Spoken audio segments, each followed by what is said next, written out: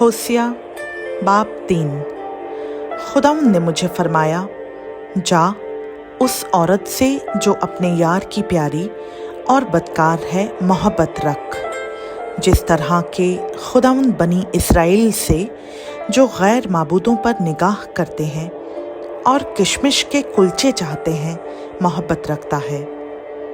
सो मैंने उसे 15 रुपया और 1.5 खोमर जौ देकर अपने लिए मोल लिया और उसे कहा, तू मुद्दते दराज तक मुझ पर खनायत करेगी और हरामकारी से बाज रहेगी और किसी दूसरे की बीवी ना बनेगी, और मैं भी तेरे लिए यूं ही रहूँगा, क्योंकि बनी इसराइल बहुत दिनों तक बादशाह और हाकिम और कुर्बानी और सतून और अफूद और तिराफीम के बगैर रहेंगे।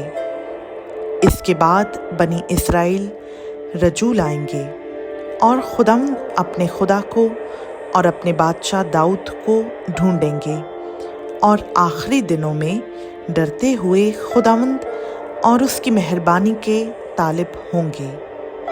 खुदावंद का पाक कलाम का पढ़ा, सुना, समझा और कबूल किया जाना हम सबों के लिए बाइस से बरकत हो। आमीन।